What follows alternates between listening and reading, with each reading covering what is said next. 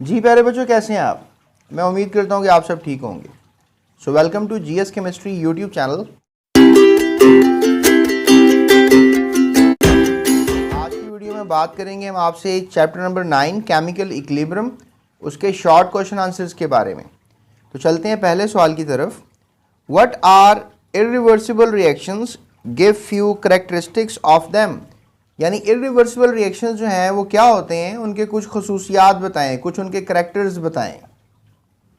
तो प्यारे बच्चों, what are irreversible reactions, give a few characteristics of them. Irreversible reaction जो हैं अब क्या होते हैं मैं आपको बताता हूँ। प्यारे बच्चों, ऐसे रिएक्शंस जो दो डायरेक्शंस में नहीं जा सकते, यानी the reaction in which proceed only in forward direction, वो रिवर्स में ना आ सकता हो।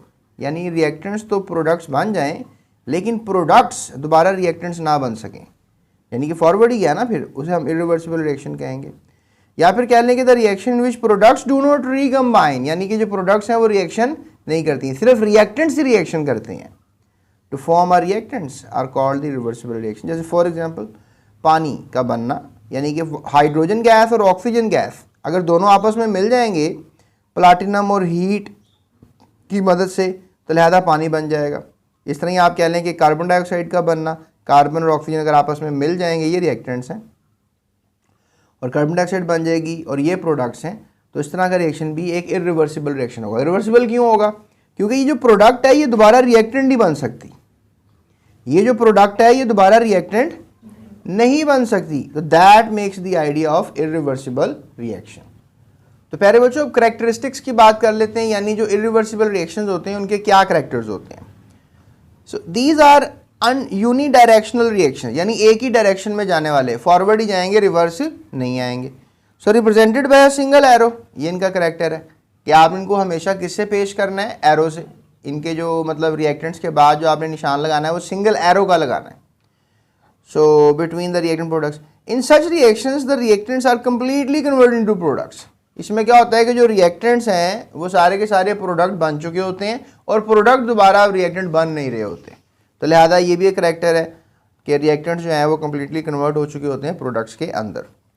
ठीक है प्यारे बच्चों, उसके बाद अगला सवाल है जी, डिफाइन केमिकल इक्विलिब्रियम स्टेट, यानी आप डेफिनेशन बताएं केमिकल इक्विलिब्रियम स्टेट की क्या होती है। तो केमिकल इक्विलिब्रियम स्टेट की डेफिनेशन ये होती है, the state in which chemical reversible reaction at which the rate of forward reactions becomes equal to the rate of reverse reaction.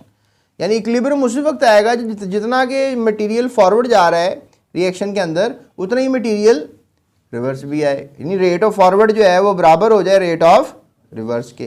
That is called chemical equilibrium state.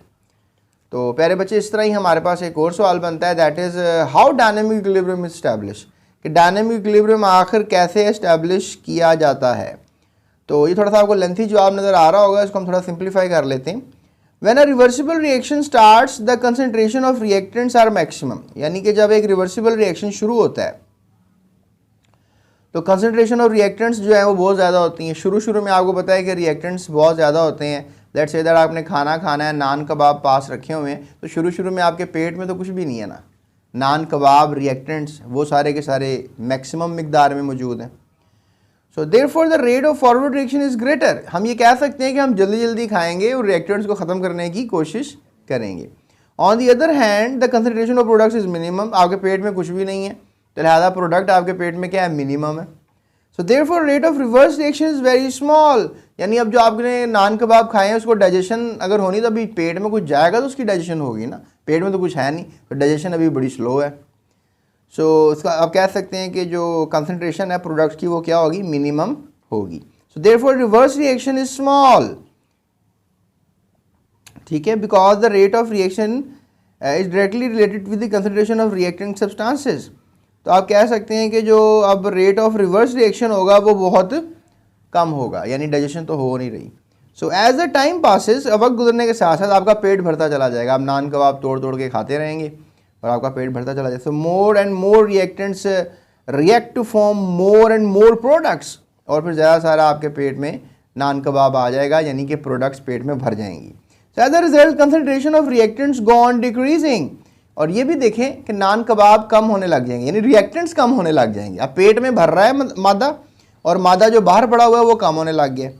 So the concentration of products go on increasing. So therefore the passage of time, rate of forward decreases and the rate of reverse increases. अब क्या होगा, एक वक्त आएगा कि बाहर नान कबाब की मिकदार थोड़ी सी रह जाएगी, पेट में वो भर जाएंगे और अब आपके पेट के अंदर डाइजेशन का अमल तेज़ हो गया हुआ है, यानी कि आपका जो प्रोडक्ट साइड वाला रिएक्शन है वो बढ़ गया हुआ है और रिएक्टेंट साइड वाला रिएक्शन जो है वो कम हो गया हुआ है। सो यानी यही बात हो रही है यहाँ पे कि जो रेट ऑफ फॉरवर्ड रिएक्शन है वो क्या हो जाएगा, डिक्रीज, कम हो जाएगा, क्योंकि अब नान कबाब बाहर इतने नहीं रहे, रेट ऑफ रिवर्स रिएक्शन जो है वो इंक्रीज हो जाएगा।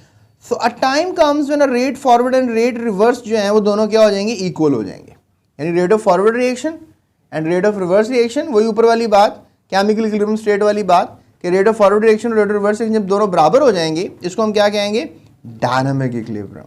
लेकिन डायनामिक का लफ्ज़ अब इस्तेमाल करेंगे जब ये प्रोडक्ट जो है वो रिएक्टेंट जो है वो प्रोडक्ट बनती रहे और जो प्रोडक्ट है वो रिएक्टेंट बनती रहे, ये काम होता रहे, तो आप इसको कहोगे ये डायनामिक इक्विलिब्रियम एस्टैब्लिश हो चुका हुआ है। So at dynamic equilibrium the state of concentrations of reactants and products remains constant and there is no chemical change.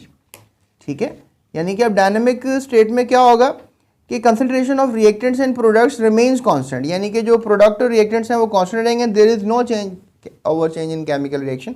आपको ऐसा लग रहा होगा कि रिएक्शन रुका हुआ है, लेकिन ऐसा नहीं है, रिएक्टेंट्स प्रोडक्ट्स बनते जा रहे हैं और प्रोडक्ट्स रिएक्टेंट्स बनते जा रहे हैं। ठीक है, सो इसमें मैं ये आखिर में कहना चाहूँगा कि अब वैसे होता तो ऐसा नहीं है कि जो पेट में डाइजेस्टेड नान कबाब में वो दोबारा नान कबाब बनते जा रहे हैं और जो बाहर नान कबाब बने हुए हैं वो आगे प्रोडक्ट आपके पेट में जाके वो जो एक गुलीदा सा बनता है, चाइम बनता है, वो बनते जा रहे हैं। यानी आपको ऐसा लग रहा है कि सब कुछ रुका हुआ है, लेकिन रुका हुआ नहीं है, that's being going on a same way, यानी जितने आप नान कबाब खाए उतने ही बाहर बन गए और जितने आपने बाहर से अंदर लेकर गए उतने ही अंदर बन गए, तो अंदर भी कमी ना हुई और बाहर भी कमी नहीं। ऐसा लगेगा काम तो रुका हुआ है, लेकिन काम रुका नहीं हुआ, चल रहा है, क्योंकि पेट से कुछ मटेरियल बाहर आता जा रहा है और बाहर से कुछ मटेरियल पेट में जाता जा रहा है। So things are being going on, लेकिन फील नहीं हो रहा। So this is called dynamic equilibrium state, right. I hope so आपको मेरी ये कहानी समझ में आ गई होगी। इफ़ यस तो अभी इस वीडियो को लाइक करें। चलते हैं अगले सवाल की तरफ। जी तो प्यारे बच्चों, बात करते हैं आपसे चौथे सवाल की। चौथा सवाल ये किया जा रहा है, डिस्क्राइब अ रिवर्सिबल रिएक्शन, कि एक रिवर्सिबल रिएक्शन क्या होता है ये बताएं, with the help of an example and graph. Example भी बताएं रिवर्सिबल रिएक्शन की और ग्राफ से भी शो करें। तो प्यारे बच्चों, जवाब में मैं आपको ये बताऊंगा कि रिवर्सिबल रिएक्शन क्या होता है। पहले इसके बारे में थोड़ा सा बता दें। The reaction which proceeds in forward as well as in reverse direction is called reversible reaction, यानी जो फॉरवर्ड भी जा रहा हो और रिवर्स भी जा रहा हो उसको क्या बोलोगे, रिवर्सिबल रिएक्शन बोलोगे। So these are represented by a double arrow, इसको डबल एरो से आप शो कर सकते हैं। These reactions do not go to completion, और ये रिएक्शंस कभी भी कंप्लीट नहीं होते, क्योंकि फॉरवर्ड और रिवर्स दोनों चल रहे होते हैं। कंप्लीट कौन से होते हैं, इरिवर्सिबल रिएक्शन। एग्जाम्पल ले लेते हैं, on heating hydrogen and iodine, यानी हाइड्रोजन को और आयोडीन को गर्म करेंगे, ठीक है, तो the vapours in a close flask, अगर क्लोज फ्लास्क लेंगे जो आपकी बुक में बना हुआ है, वो जो फ्लास्क आपकी बुक में बना हुआ है ना, that is called round bottom flask. तो दिखा देते हैं आपको। तो प्यारे बच्चों, ये आपको स्क्रीन पे नज़र आ रहा है, ये है राउंड बॉटम फ्लास्क। इसमें नज़र आ रहा है ये हाइड्रोजन, ये वाला हाइड्रोजन गैस है, ठीक है, और ये वाला आयोडीन गैस है, और यहाँ पे हाइड्रोजन आयोडाइड आपको बनता हुआ नज़र आ रहा है। तो प्यारे बच्चों, आप देख सकते हैं कि फ्लास्क के अंदर आपको मैंने अभी दिखाया हाइड्रोजन और आयोडीन थे और हाइड्रोजन आयोडाइड बनता हुआ नज़र आ रहा था, लेकिन द बिग पॉइंट वाज, तो द बिग पॉइंट इज़ कि यहाँ पर ये जो फ्लास्क है इसका कलर जो है ना वो आपको पर्पल नज़र आएगा, ठीक है, लेकिन जैसे ही आप हीट करोगे तो ये दोनों आपस में मिल जाएंगे और यहाँ पर फ्लास्क आपको कलरलेस नज़र आएगा। यानी कि आपने बेसिकली जब फ्लास्क लिया तो वो कलरफुल था, फ्लास्क जब लिया तो वो कलरफुल था। कलरफुल कौन सा था, पर्पल कलर था उसका, लेकिन जब आपने इसको हीट किया तो हीट करने पे वो क्या हो गया, कलरलेस हो गया। क्यों हो गया कलरलेस, क्योंकि हाइड्रोजन और आयोडीन आपस में रिएक्शन कर गए। तो जब हाइड्रोजन और आयोडीन आपस में रिएक्शन कर गए, यहाँ से समझ में आ गई कि भाई ये कलरलेस हो गया हुआ है, यानी अंदर रिएक्शन कंप्लीट हो गया हुआ है। अब आप थोड़ी देर के बाद फिर देखेंगे कि दोबारा वो कलरफुल भी हो जाएगा, क्योंकि अगर आप हीट हटाएंगे तो दोबारा हाइड्रोजन और आयोडीन आपको नज़र आएंगे। याद रखिएगा, बोर्ड का एमसीक्यू है कि आयोडीन का क्या कलर होता है, दैट इज़ पर्पल। तो प्यारे बच्चों, यही इसका जवाब है। The purple colour of iodine fades, Aahista Aahista वो थोड़ा धुंधला होना लग जाएगा, because colour less hydrogen iodide in is form, this is forward reaction, और इसको आप फॉरवर्ड रिएक्शन का नाम दोगे। उसके बाद प्यारे बच्चों ये होगा कि एक और फ्लास्क लिया जाएगा, अनदर फ्लास्क, और heat colourless hydrogen iodide. After some times the purple colour will appear in the flask due to the formation of iodine vapours. तो जब आप हाइड्रोजन आयोडाइड को थोड़ा सा हीट करोगे तो दोबारा हाइड्रोजन आयोडाइड जो है वो टूट जाएगा और आपको हाइड्रोजन और आयोडीन बनती हुई नज़र आएगी, यानी पर्पल कलर जो है वो दोबारा जाहिर होगा। यानी कि नॉर्मली क्या होगा कि हाइड्रोजन और आयोडीन आपस में रिएक्शन कर जाएंगे, हाइड्रोजन आयोडाइड बन जाएगा, फ्लास्क कलरलेस हो जाएगा। लेकिन अगर आप उसी जो कलरलेस फ्लास्क है उसको आप हीट करोगे तो आपको ये दोनों बनते हुए दोबारा नज़र आएंगे, यानी फ्लास्क दोबारा पर्पल कलर का होता हुआ नज़र आएगा। So in this reaction the hydrogen iodide is a reactant. फिलहाल अब यहाँ पर अब हाइड्रोजन आयोडाइड रिएक्टेंट है, since the reverse of the first reaction, और ये फर्स्ट रिएक्शन का रिवर्स भी है, so therefore is the reverse reaction, इसलिए इसको रिवर्स रिएक्शन कहेंगे आप। जो पहले हमने भी इक्वेशन देखी थी वो फॉरवर्ड रिएक्शन था, और ये वाला रिएक्शन जो है ये रिवर्स रिएक्शन है। So moreover the both of the reactions are reverse of each other, so therefore the above equation collectively represented at, अब दोनों एक दूसरे का रिवर्स हैं, इसलिए इसको हम इस इक्वेशन से जो है रिप्रेजेंट भी कर सकते हैं। So it is also clear from the above example that reversible reaction can be made to proceed in either direction, यानी किसी भी डायरेक्शन में आप इसको कर सकते हैं depending upon the conditions. So it means reverse reaction do not go to completion. जो रिवर्स रिएक्शंस होते हैं वो कभी भी कंप्लीशन को नहीं जाते, क्योंकि रिएक्टेंट्स जो हैं वो प्रोडक्ट्स बन जाते हैं और प्रोडक्ट्स जो हैं वो रिएक्टेंट्स बन जाते हैं। तो ये फॉरवर्ड और रिवर्स रिएक्शन चलता रहता है। तो प्यारे बच्चों, पांचवें सवाल की तरफ चलते हैं। सवाल किया जा रहा है why at equilibrium state reaction does not stop. तो प्यारे बच्चों, वो कह रहे हैं कि जो इक्विलिब्रियम स्टेट होती है रिएक्शन की वो रुकती क्यों नहीं है, मतलब इसमें रिएक्शन इक्विलिब्रियम स्टेट में रुकते क्यों नहीं है, वो फॉरवर्ड रिवर्स क्यों हो रहे होते हैं। Because reactants are converting into products and products are converting into reactants. कि प्रोडक्ट्स जो हैं वो आपको पता है जो रिएक्टेंट्स हैं वो प्रोडक्ट्स बन रहे होते हैं, जो प्रोडक्ट्स हैं वो रिएक्टेंट्स बन रहे होते हैं at the same time and at the same rate, but there is no overall chemical change, लेकिन ओवरऑल कोई केमिकल चेंज नज़र नहीं आ रहा होता। तो प्यारे बच्चों, छठा सवाल है why is equilibrium state attainable from either way, यानी जो इक्विलिब्रियम स्टेट है वो किसी भी साइड से आ सकती है। तो ये मैंने आपको लेक्चर के दौरान भी बातें बताई हुई हैं। तो प्यारे बच्चों, जो इक्विलिब्रियम है वो किसी साइड से भी आ सकता है, लेफ़्ट साइड से भी आ सकता है, राइट साइड से भी आ सकता है, लेकिन सवाल ये है कि कौन सी साइड से आ सकता है, कैसे आ सकता है, ये बात आपको समझानी है। Since the reaction is proceeding in both directions, आपको पता है कि रिएक्टेंट से प्रोडक्ट बनना, प्रोडक्ट से रिएक्टेंट बनना, ये दोनों काम हो रहे होते हैं। Reverse as well as forward reaction, यानी कि जो रिएक्शन है फॉरवर्ड भी हो रहे हैं और रिवर्स भी हो रहे हैं। So therefore equilibrium state is attainable from either way, यानी कि जो इक्विलिब्रियम स्टेट है वो किसी भी साइड से आ सकती है, वो लेफ्ट से भी आ सकती है और वो राइट से भी। ये मैं आपको समझाता हूँ बात।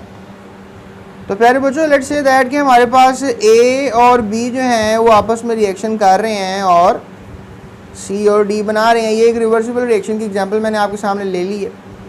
अब आप ये सोचें कि यहाँ हमारे पास जो है 10 किलो इस वक्त रिएक्टेंट्स हैं और प्रोडक्ट हमारे पास अभी बनना शुरू हुई है। फिर एक टाइम आता है कि हमारे पास यहाँ पर 6 किलो रिएक्टेंट रहता है और 4 किलो प्रोडक्ट बन जाती है। ठीक है, 10 किलो टोटल था ना शुरू में। तो अब एक वक्त और आता है कि ये 6 किलो की बजाय क्या हो जाता है 5 किलो, और यहाँ पर हमारे पास 5 किलो हो जाता है। अब देखो रिएक्शन यहाँ से बराबरी पर आया। देखो 6 और 4 बराबर तो नहीं थे ना, अब 5 और 5 तो बराबर है ना, तो बराबरी आई किधर से, इधर से आई, किधर से आई। अब देखो 4 से अगर इधर जाते तो 7 हो जाता, फिर बराबर तो ना रहता ना। तो that is from the right side, यानी राइट साइड से हमने इक्विलिब्रियम को अचीव किया। लेकिन अब यही स्टोरी आप ये सोच लें कि 10 किलो आपके पास रिएक्टेंट्स थे और यहाँ पर आपके पास बन गए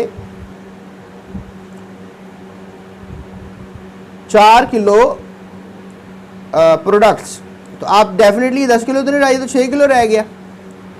अब लेट्स से दैट कि आपके पास 6 किलो ये रह गए, अभी भी अब क्या होगा कि हमारे पास 5 किलो ये हो जाएगा, 6 से 5 हो गए यानी 5 यहाँ पर रह जाएगा, ये कट कर 5 हो गया यानी 5-5 किलो बराबर हो गए।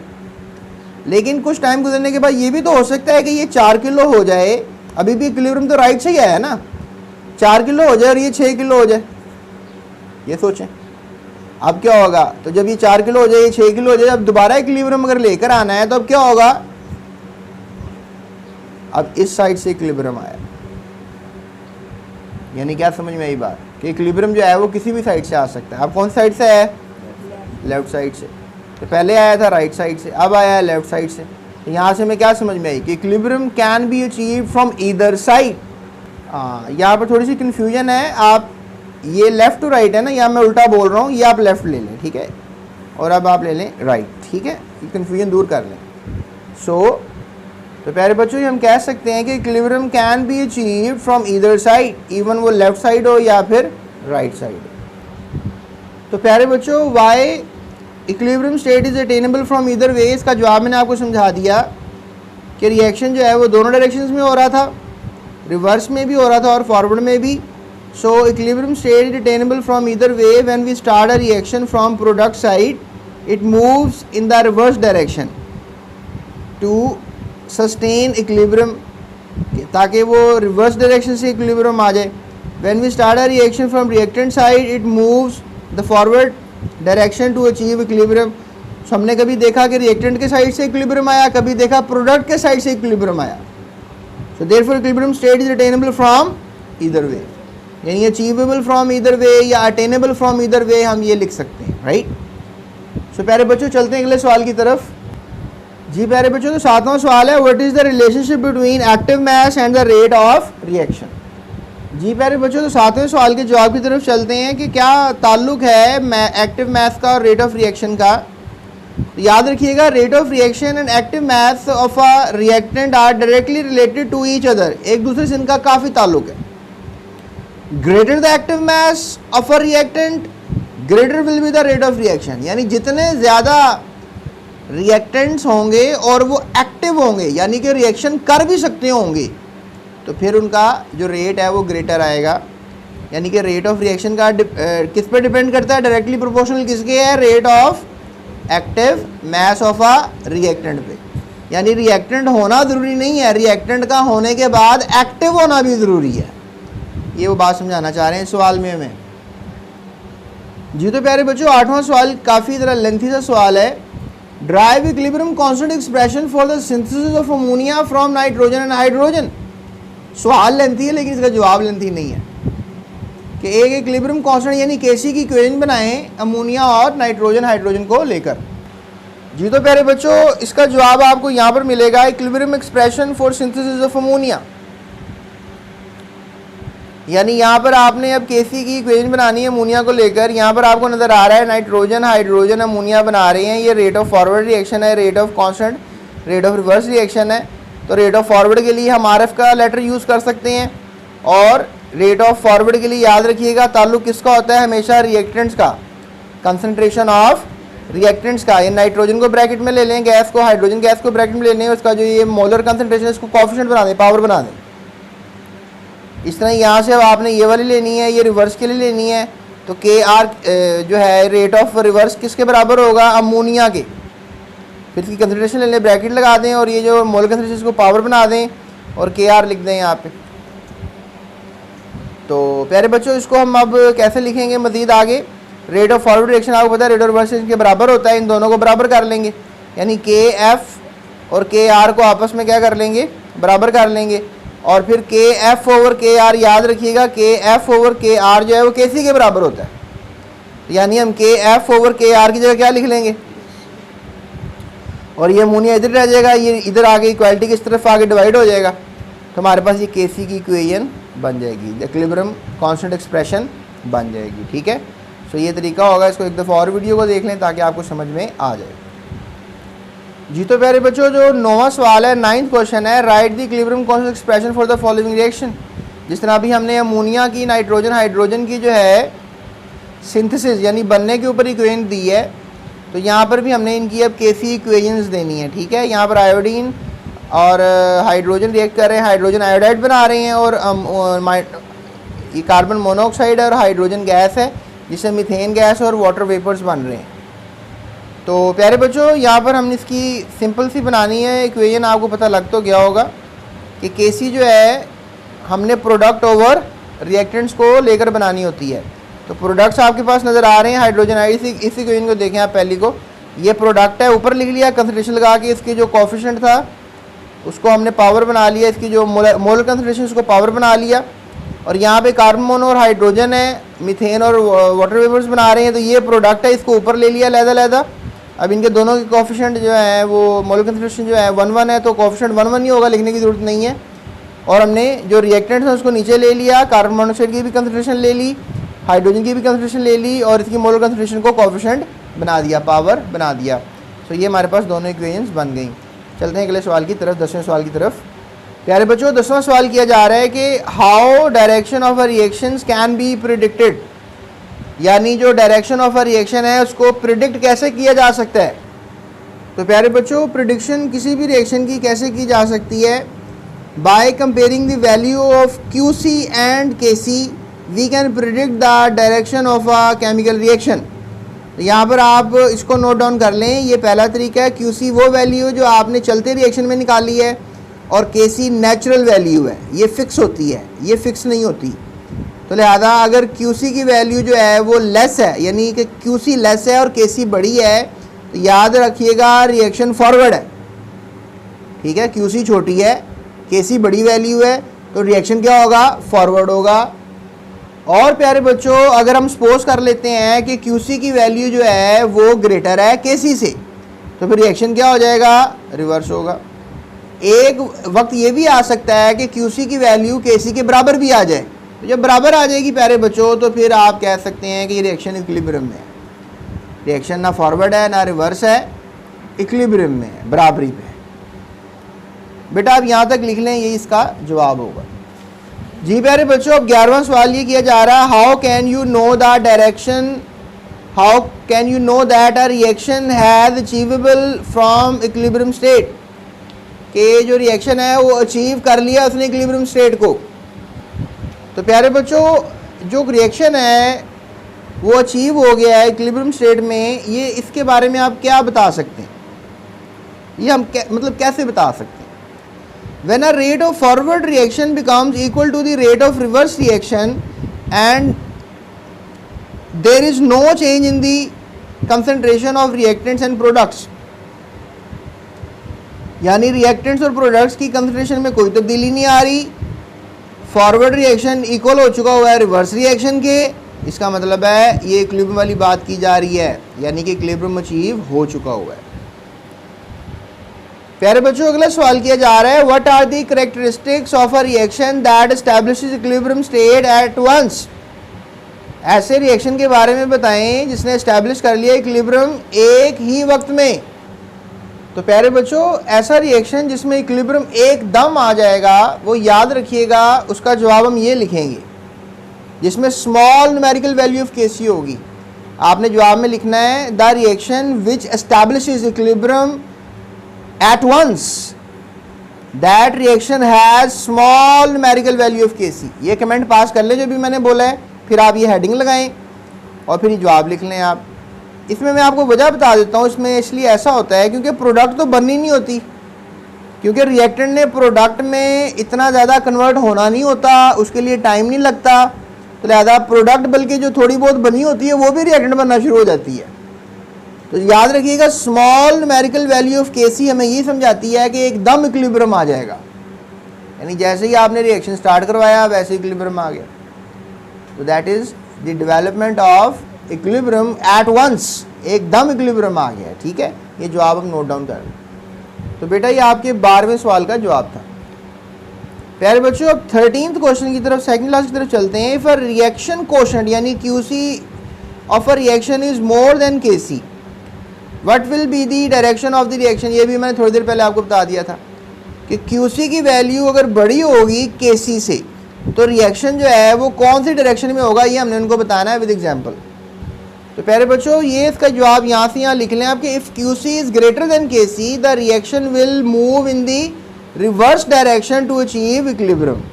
ठीक है, आप ये जवाब लिख सकते हैं। तो याद रखिएगा कि QC जो है जब भी वैल्यू बड़ी होगी तो KC से बड़ी नहीं होनी चाहिए। KC से बड़ी है तो समझ लें कि रिएक्शन रिवर्स डायरेक्शन में आएगा, फॉरवर्ड में नहीं जाएगा। फॉरवर्ड में कब जाएगा? जब QC छोटी होगी और KC बड़ा होगा, और जब दोनों बराबर होंगे तो इक्विलिब्रियम अचीव्ड है। ये मैंने आपको पहले बात कर दी थी। तो प्यारे बच्चों अब चलते हैं हम अपने आखिरी सवाल की तरफ। एक इंडस्ट्री जो है एस्टैब्लिश की गई है एक रिवर्सिबल रिएक्शन के लिए, एंड फेल हो गई है प्रोडक्ट्स को कमर्शियल लेवल पर बनाने के लिए। Can you point out the basic reason for the failure of the chemist, कि वो एक प्रोडक्ट नहीं बना पा रही। रिवर्सिबल रिएक्शन की इंडस्ट्री है, फेल हो गई है प्रोडक्ट्स ऑन कमर्शियल स्केल के लिए, क्योंकि उसने ऐसे रिएक्शन का इंतखाब कर लिया है जिसमें रिएक्शन फॉरवर्ड ही नहीं जाता, यानी कि थोड़ी सी प्रोडक्ट बनने के बाद रिएक्शन इक्विलिब्रियम अचीव कर लेता है। अभी जो थोड़ी देर पहले मैंने आपको इस सवाल का जवाब दिया था 12वें का कि एट वंस जब इक्विलिब्रियम स्टैब्लिश हो जाता है तो ये क्यों होता है, तो मैंने आपको उसका जवाब दिया था कि एट वंस इसलिए होता है कि जब KC की वैल्यू बहुत छोटी हो, तो वो जो केमिस्ट था, वो जो इंडस्ट्रियलिस्ट था, उसने ये चीज़ को चेक ही नहीं किया कि जो मैं ख़ाम माल ख़रीद रहा हूँ उसका तो डायनामिक इक्विलिब्रियम एट वंस आ जाएगा। तो जिसका एट वंस आ जाए उसमें रिएक्टेंट्स जो हैं वो प्रोडक्ट में तब्दील नहीं होते हैं। तो बेटा इसका हम आपको जवाब बता देते हैं। तो बेटा अभी जो मैंने आपको कमेंट्स किए हैं इसका आप जो है ना जवाब हमें कमेंट कर दें, जो मैंने आपको समझा दिया है। ठीक है, और अगर आप जवाब देखना चाहिए तो मैंने कमेंट पिन कर दिया हुआ है, वो इसमें कमेंट में आप देखें सबसे पहला जो कमेंट होगा वही इसका जवाब होगा। तो कमेंट में अभी मैंने पिन कर दिया इस जवाब को, आप कमेंट की पिनिंग कमेंट चेक कर लें, उसमें जवाब इसका मौजूद है। So that's it, thank you so much, अपना बहुत ख्याल रखिए। ये था हमारा आज का चैप्टर केमिकल इक्विलिब्रियम, इसके शॉर्ट क्वेश्चन आंसर्स। आई होप सो आपने सब समझ लिए होंगे और आपको जवाब आ गए होंगे। सो मिलेंगे आपको बहुत प्यारी सी नेक्स्ट वीडियो में जिसमें हम आपको लॉन्ग क्वेश्चन आंसर्स के जवाब देंगे और आपको प्रॉपरली समझाएंगे भी। लिहाजा GS केमिस्ट्री यूट्यूब चैनल के साथ रहिएगा, अपना ख्याल रखिएगा। टेक केयर, अल्लाह हाफ़िज़।